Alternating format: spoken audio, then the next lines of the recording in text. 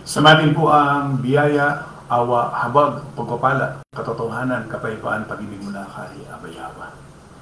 Sa magandang umaga, tanghali, hapon, gabi sa lahat po ng inabot ng pangaral na munting channel na ito sa iba't ibang panig ng buong mundo, maging dito sa atin sa buong Pilipinas.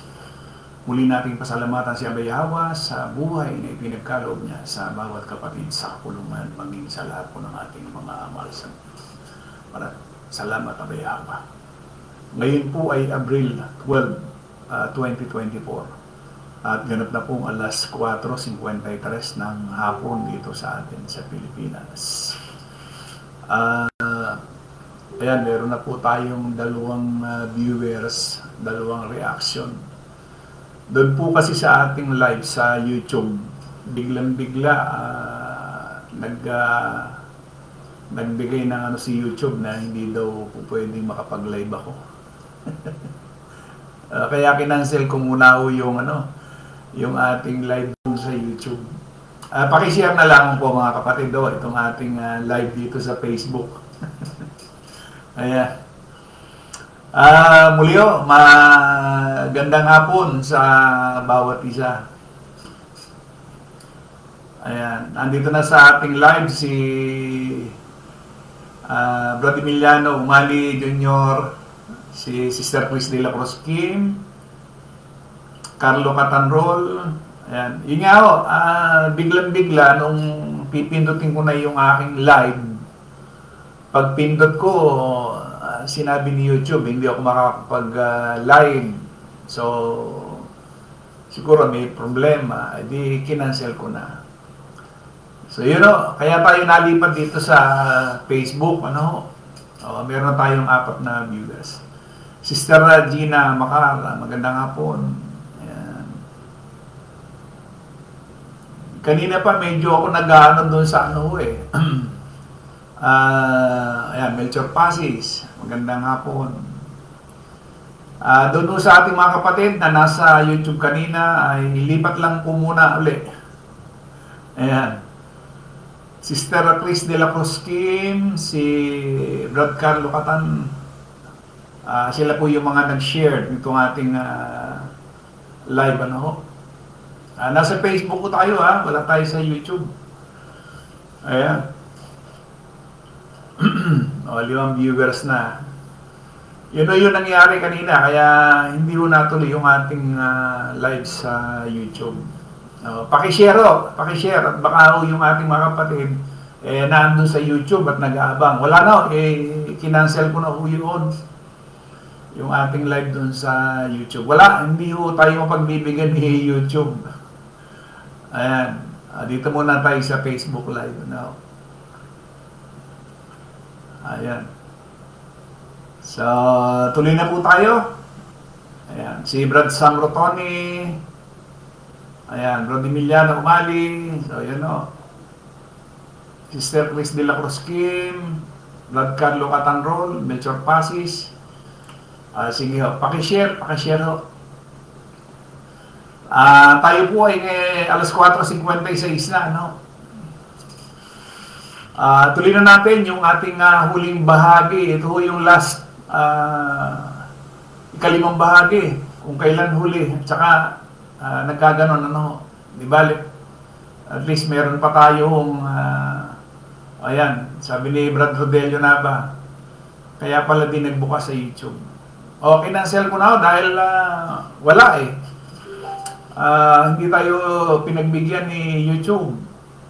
Si Antimano, nung pagpindot ko ng sa live, wala, ayaw.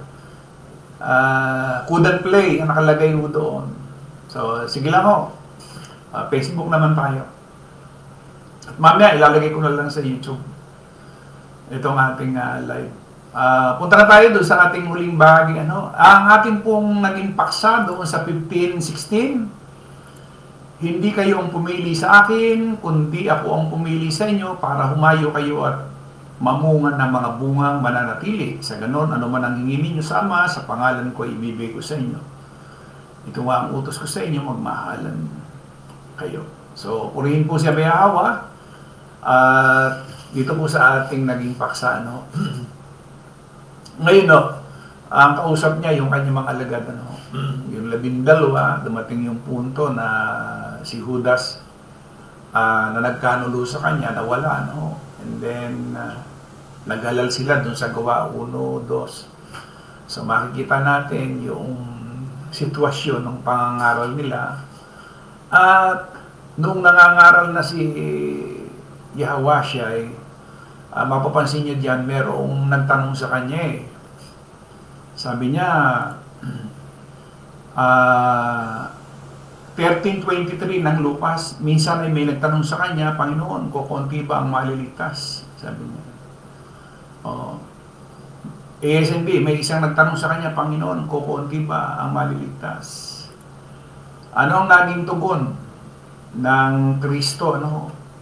FSB 13:24, pagsikapan ninyong pumasok sa makipot na pintuan, sapagkat sinasabi ko sa inyo, marami ang magsisika, pumasok doon, ngunit hindi makapapasok. Ang Biblia Tagalog, 1978, magpilit kayong magsipasok sa pintuang makipot, sapagkat sinasabi ko sa inyo, na marami ang mga magsisikap na pumasok at hindi mangyayari. Ang dating Biblia 1905, magpilit kayong magsipasok sa pintuang makipot, sapagkat sinasabi ko sa inyo na marami ang magsisikap na pumasok at hindi mangyayari. SNB, sinabi niya sa kanila, pagsikapan ninyo pumasok sa pamagitan ng makipot na tarangkahan, sinasabi ko sa inyo dahil marami ang maghahanap upang pumasok, ngunit hindi makapapasok. SNB, pagsikapan ninyo makapasok sa makipot na pintuan, tandaan ninyo marami ang magsisikap na pumasok, ngunit hindi makapapasok. Ibig sabihin lamang, mahirap talaga, pero hindi imposible. Mahirap nga lang, meron pa nga ng sitas doon sa 18:24, pagkahirap-hirap. Lucas, ang nakalagay ho doon sa FSB, na makita ni Yahweh ang kanyang kalungkutan, sinabi niya, napakahirap sa mga may kayamanan ang pumasok sa kaharian ng Diyos. Ang Biblia Tagalog 1978, at sa pagkamasid sa kanya ni Yahweh, sinabi, pagkahirap-hirap na makapasok sa kaharian ng Diyos ang may mga kayamanan. Ang Biblia Tagalog 2001, tumingin sa kanya si Yahweh at sinabi, napakahirap sa mga may kayamanan ang pumasok sa kaharian ng Diyos. Ang dating Biblia 1905, at sa pagkamasid sa kanya ni Yahweh ay sinabi, pagkahirap-hirap na makapasok sa kaharian ng Diyos ang mga may kayamanan. SND, nakita ni Yahweh na siya'y lubhang nagdalamhati sa pagkakita niya kanyang sinabi, napakahirap para sa may mga kayamanan na makapasok sa pag-aari ng Diyos. ASND, nang makita ni Yahweh na malungkot siya, sinabi niya, napakahirap para sa mayayaman ang mapabilang sa kaharian ng Diyos. Magandang balita, Biblia Tagalog, nakita ni Yahweh na nalungkot ang lalaki, kaya sinabi niya, napakahirap para sa mga mayayaman na makapasok sa kaharian ng Diyos. Napakahirap, pagkahirap-hirap, pero hindi imposible, ano? So, doon sa nakita natin, pumili ng mga, humirang siya, pumili. At nakita natin doon sa sinasabi niya na napakahirap. So, alam natin na talagang walang alagad na yumaman. Wala ho. Kasi sinabi na rin naman niya magsipasok kayo. Makipot yung pintuan na papasukan. Kumbaga, sa kakitidan niya at kakiputan, wala tayong pwedeng dalhin Wala tayong pwedeng dalhin kung marami ho tayong daladalahan. Wala tayong pwedeng dalhin dahil makipot Di ba? Kaya dito natin nakita na talagang yung pagkakahirang niya at pagtawag dun sa kanyang mga lagad ay napakatindi ng pamantayan. Hindi ibig sabihin na basta ikaw na lamang. Kasi ang sa reliyon, laging ang kanilang sinasabi ay yung pagpasok sa iglesia. Alam niyo ba yung salitang iglesia ay foreign word sa kasulatan? Foreign word yan. Kumbaga, hindi talagang nakalagay doon sa kasulatan. Miski doon sa Greek, doon sa Hebrew, foreign word yan yung church. Kakita ninyo ang salitang sinagoga, templo. Iba yung church, wala foreign word nga. Kumbaga, hindi talaga pumasok ho yan doon sa kasulatan yung salitang iglesia, church, simbahan. Pero ang dami ho. Ang daming naloko dyan sa iglesia. Ang dami ho. Pamula ng pumutok yan, mga, di ba, pumutok yan, 1914. Oho, hindi pa ako tao noon, 1914. 18th century, yung mga Adventista, or yung mga Catholic, di ba, yung Catholic Church. So nakita natin dito sa ating pinag-aralan, magmula noong Monday hanggang sa ngayon, na yung pagkakapili niya doon sa mga alagad, ang pamantayan mahirap. Oo, hindi ka basta-basta magiging alagad or magiging apostol doon sa pamantayan na ibinigay ni Yahweh o ni Abay Yahweh nung siya makitulad sa tao. Hindi katulad ng pamantayan ng mga reliyon, mag-aral ka lamang, o tapusin mo lamang yung 4 o 5 taon ng pag-aaral ng kasulatan, presto, mangangaral ka na. Kaya lamang ang ipinangangaral nitong mga mangangaral na ito, siyempre, di yung kanilang pinag-aralan doon sa kanilang reliyon. Di ba? Kasi, may sinasabi si Pablo, doon sa unang Korinto 1:20, 6, sabi niya, FSB, mga kapatid, tingnan ninyo ang inyong kalagayan na kayo'y tinawag. So may pagtawag eh.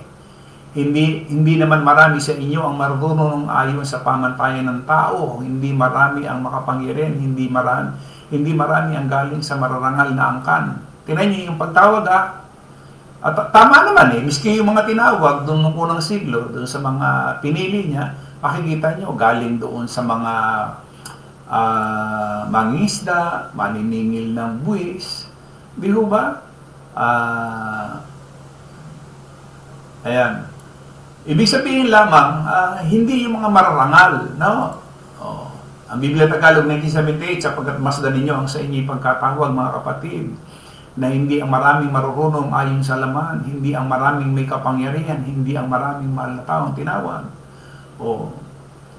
SNB, sapagkat nakita nyo ang inyong pagkatawag, mga kapatid, iilan lang ang matalino ayon sa laman. Iilan lang ang makapangyarihan, iilan lang ang mahalika na tinawag. SNB, mga kapatid, isipin ninyo kung ano ang inyong kalagayan ng tawagin kayo ng Diyos. Iilan lamang sa inyo ang masasabing matalino sa paningin ng mundo, iilan lamang ang makapangyarihan o nagmula sa mga kilalang angkan. Magandang balita, Biblia Tagalog, mga kapatid, alalahanin ninyo ang inyong katayuan nung kayo tawagin ng Diyos. Ayon sa pamantayan ng tao ay ilan lamang sa inyong matatawag na marunong, makapangyarihan at mahalika. So kung pamantayan ng pagtawag, masyadong yung pamantayang ibinigay ni Yahweh noong unang siglo, mahirap. Di ba? Hindi katulad ngayon, mag-aral ka lamang, bata ka, pwede ka nang maging pastor, pwede ka nang maging ministro. Di ba? At ang sarapan ng buhay ng isang pastor, ng isang ministro. Bakit? Meron kang tatanggapin na buwan-buwan, isang kinsenas o katapusan. At bukod pa roon ay pag-aaralin pa yung iyong mga anak.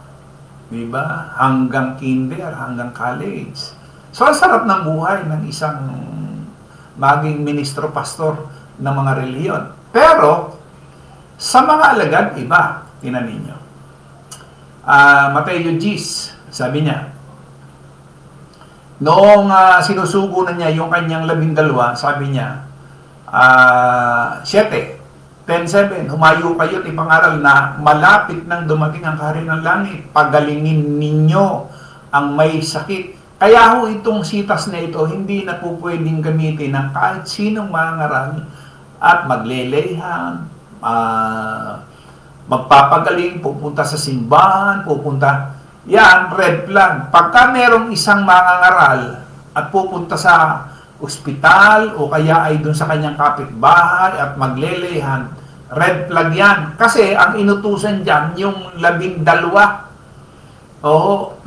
Siguro baka mamaya may magtatanong, Brad, hindi na ba existido sa atin yung ganyan? Yung salitang pagpapagaling. Existido ho. Hindi naman ho nababago si Abay Yahweh. Kaya lamang, yung pagkakautos niya dito sa kanyang mga alagad, hindi na dapat para sa atin. Kasi, tinan ninyo pagalingin ninyo ang mga may sakit at buhayin ng mga patay. O, di ba? Pagalingin, linisin ninyo ang mga may ketong, palayasin ng mga demonyo, yamang tumanggap kayo ng walang bayad, magbigay naman kayo ng walang bayad. Huwag kayong magdala ng pera, maging ginto, pilak at tanso. Bakit? Bakit niya hindi pinagdadala? Ang dahilan, sabi niya, sa inyong paglalakbay, huwag din kayong magbaon ng pagkain, bihisan, pampalit na sandalyas o tungkod. Anong dahilan? Sapagkat ang manggagawa karapat-dapat na tumanggap ng mga bagay na kanyang ikabubuhay. Si Abay Yawa magpuprovide sa pamagitan ng mga tao na kanyang pangangaralan. Di ba? Kakaiba ngayon. Bakit? Kasi, yung mga mangangaral ngayon ay hindi na, nagdadala na sila ngayon ng supot, nagdadala na ngayon sila ng pitaka. Di ba? Bakit? May laman na eh. Di katulad noon, wag, pinagbabawalan silang magdala. At nagpo-provide si Abay Yawa, no? Or si Yahwa siya, no? Siya na nakitulad. Tama naman, di ba? Yan ang pagkakaiba, no? Yan sabi niya, pagpasok ninyo sa bahay, sabihin ninyo, maghari nawa ang kapayapaan sa bahay na ito. Kung karapat-dapat ang mga nakatira doon, papanatilihin ninyo sa kanila ninyong pagpapala. Ngunit kung hindi, bawiin niyo iyon. At kung ayaw kayong tanggapin o pakinggan sa isang tahanan o bayan, umalis kayo roon at ipagpag ninyo ang alikabok sa inyong mga paa. Tandaan ninyo sa araw ng paghuhukom, o kailan yan? Akala nila sa darating pa. Hindi, yan yung 70 AD. Sa araw ng paghukom, ano sabi niya? Ay higit na mabigat ang parusang igagawad sa mga mamamayan ng bayang iyon. Tingnan niyo ang tinutukoy dito yung pangangaral ng 12, kasama pa si Judas yan eh. At ang sabi niya, tandaan ninyo, sabi doon sa 12, sa araw ng paghukom, higit na mabigat ang parusang igagawad sa mga mamamayan ng bayang iyon. Yung napuntahan lamang ng 12. Di ba? E di, sa bisinidad lamang ng Jerusalem, doon sa paligid-ligid. Hindi umabot siya ng Pilipinas, Amerika, hindi. Di ba? So nakita ninyo, yung ginawang, sabihin na natin, alam nyo kasi, ang nangyari sa reliyon, bulag ho sila bingi. Bulag sa katotohanan, bingi sa katotohanan. Alam niyo kung bakit? Yun hong mga simbahan na ipinatayo nila, kapilya, katedral, moske, yan na nagpapatunay na sila yung mga bulag. Mga bulag, kasi hindi naman nag-utos si Abay Yawa na magpatayo. So, bulag. Di ba? Maliwanag ulitin ko ulit. At kung ayaw kayong tanggapin, sabi doon sa 12, o pakinggan sa isang tahanan o bayan, umalis kayo roon, ipagpag ninyo ang alikabok sa inyong mga paa, tandaan ninyo sa araw ng paghukom. Aba,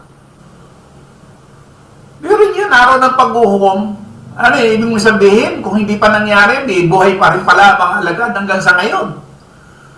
Di ba? Nakakatawa, no? Pero yun yung katotohanan. 1,000 taon ang nangyari, tapos merong nangangaral ngayon, ganito ang pangangaral sa panahon natin. Di ba? 1914 ang INC, 18th century ang Saksi, 18th century ang Seventh-day Adventist. Di ba? 18th century, may doktrina ang Adventista ng rapture, millennium, o yung millennium, o yung tinatawag na 1,000 taon, rapture, tribulation, di ba?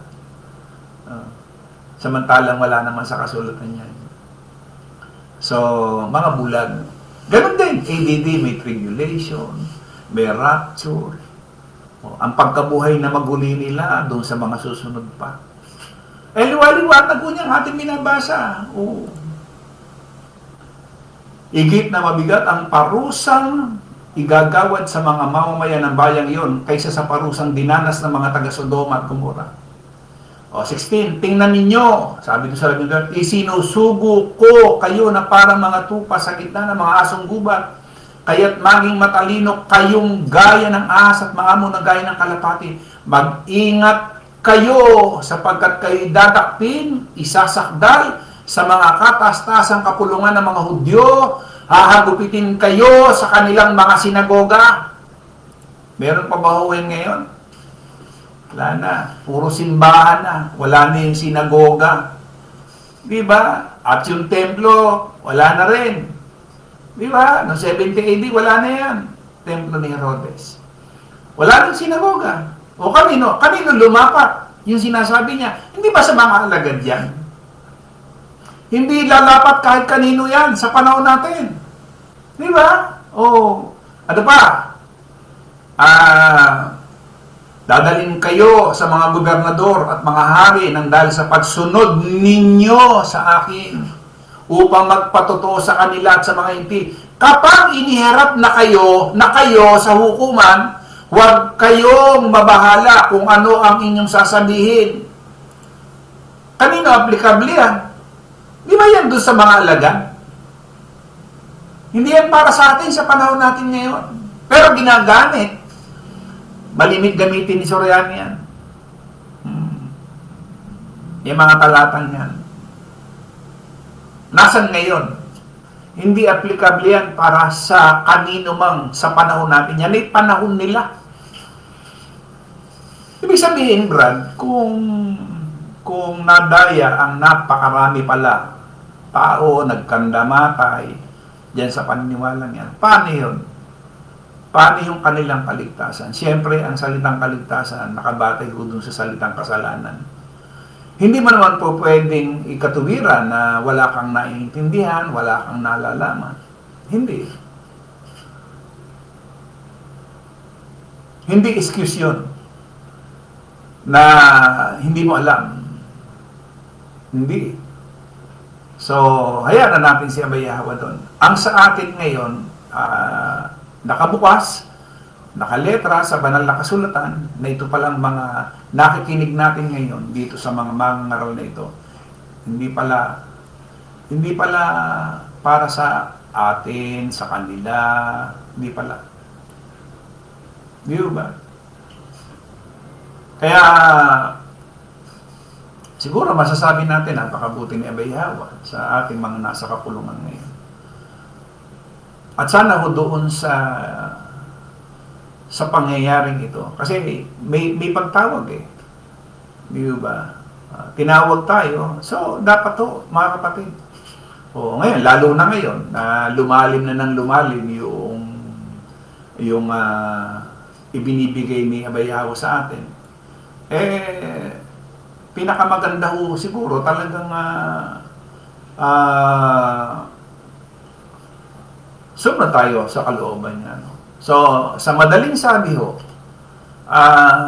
yung sinabi niya dun sa Juan 15, sa kanyang mga alagad, sabi niya, ang hindi nananatili sa akin ay tulad ng mga sangang itinatapon at natutuyo, at pagkatapos ay tinitipon, inihahagi sa apoy para sunugin. So, kung tayo ang mag-aanalisa noong sinasabi niya, maliwanag po dyan. Kung hindi ka nanatili sa kanya, sa aral niya, sa turo niya, magagaya ka lamang ng isang sanga na itatapon dun sa apoy. Hindi para pahirapan hindi para pahirapan, nakatulad nung ipinangaral nila. Hindi mo makakamtan yung buhay na walang hanggan na gusto niyang mangyari sa isang tao. So, yun. Lobin, Abay Yahweh. Magandang hapon po sa lahat po ng ating mga viewers. Meron po tayong 22 viewers, 19 yung reaction, 48 yung komento. So, magandang hapon. At Siyempre, kalooban ni Abay Hawa nangyari. Sana ho yung mga kapatid natin doon sa YouTube nakalipat dito sa ating Facebook Live. Sister Loren Paulan Fernandez, Brad Emiliano Umali, Troy Corsiga, Sister Lolita Corsiga, Carlo Catanrol, Brad Ezekiel Umali, Leonardo Corsiga, Sister Lolita Corsiga, Brad Jesse Juarez, Rosely Bandojo, Sister Lori Calderon, Troy Corsiga, Sister Cecil Manyoso, Lisa Indilibli Corsiga, Fernando Pronebo Abellera, Brad Fortunato Juarez, lobin naman ni Abay Hawa na pagalingin ka sa iyong karamdaman. Ngayon, kanina ko lang nabalitaan kay Sis Christy. Lobin ni Abay Hawa. Ganyan talaga pagka yung mga ganitong edad na natin, marami na tayong mga naramdaman kaya Abay Hawa lang, manalig lang tayo. Ayan. Sister Lolita Corsiga, maraming salamat po Abay Hawa sa kabutihan mo po sa kapulungan. Sister Maria Victoria, magandang hapon. Yun. Sister Juliet Umali. Lolita Corsiga, maraming salamat po Abay Hawa. Sana makaganda at napakalimang po. Liwanag mo pong aral at mensahe. Troy Corsiga, maraming salamat po Abay Hawa sa panibagong aral niyo po muli sa hapong ito. Maraming salamat din po Bro Eman. Salamat. Lenny Corsiga, salamat. Ayun. So baka ho merong mga kapatid na hindi nakarating si Brad Wilfred Bedes, nakita ko kanina sa YouTube. Ewan ko lang kung naandito sa atin sa Facebook Live. Hindi ko nakita So, ayan. Tama ba? Sister, sino po ba yung naandun sa ating kung kanina? So yun baka hindi ko nakita nila ito. So 21 viewers, 55 yung komento. Sino ba yung mga nag-share dito? Brad Jesse, ayun, si Brad Wilfred nandito pala. Brad Jesse Juarez, Leonardo Corsiga, Brad Wilfredo Bedes, Troy Corsiga, Sister Shirley Reverisa, Milano Mali, Brad Sam Rotoni, Sister Ging Macar, Chris De La Cruz Kim, Brad Carlo Catanrol. Ayun, ito yung mga kapatid natin na nag-share, Ayun, nandito pala sila. Sister Maria Victoria. Ayan. So, salamat po. Lobin po ni Abay Hawa bukas. YouTube Live. Mabuti at nagawa na kagad natin ang Ayan. Sino pa ho? Baka meron pa tayong hindi. Sister Chris Grisola. Ayan. Brother Milan Umali, maraming nag-share bro ng link sa GC, kaya nandito sila lahat. Salamat. Sa lahat po ng ating mga kapatid. Sister Elizabeth Denoy, nakita ko rin siya kanina. So, mga kapatid. Tayo po ngayon ay, 5:21 na. So, bukas kung lolobin, Sister Chris De La Cruz Kim, maraming salamat. Ikaw din, ingatan ka ni Abay Hawa. So, ulitin ko po yung ating kay Brad Fortunato Juarez na nasa ospital po siya ngayon. Lobi ni Abay Hawa na ikaw ay pagalingin dyan sa iyong karamdaman. Yan, pag ganyan mga edad na, magkasing edad tayo kasi marami nang naramdaman, So, muli po, maraming salamat.